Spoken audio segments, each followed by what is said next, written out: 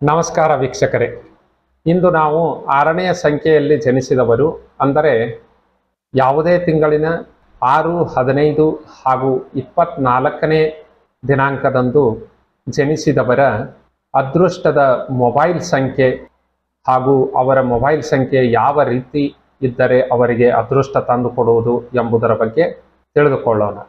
ನೋಡಿ ವೀಕ್ಷಕರೇ, 6ನೇ ಸಂಖ್ಯೆಗೆ ಅತ್ಯಂತ ಶುಭಕರವಾದ ಸಂಖ್ಯೆ ಎಂದರೆ 6, 5 ಮತ್ತು 2. ಹೀಗಾಗಿ ಅವರು 9ನಿಂದ ಪ್ರಾರಂಭಗೊಂಡು ಕೊನೆಯಲ್ಲಿ ಅವರದೇ ಲಕ್ಕಿ ನಂಬರ್ ಆದಂಥ 6, 66, 666 ಅಥವಾ 6666 ಈ ರೀತಿ ಕೊನೆಗೊಳ್ಳುವಂಥ ಮೊಬೈಲ್ ನಂಬರ್ ತೆಗೆದುಕೊಂಡರೆ ಬಹಳಷ್ಟು ಅದೃಷ್ಟ ಕೊಡುತ್ತದೆ.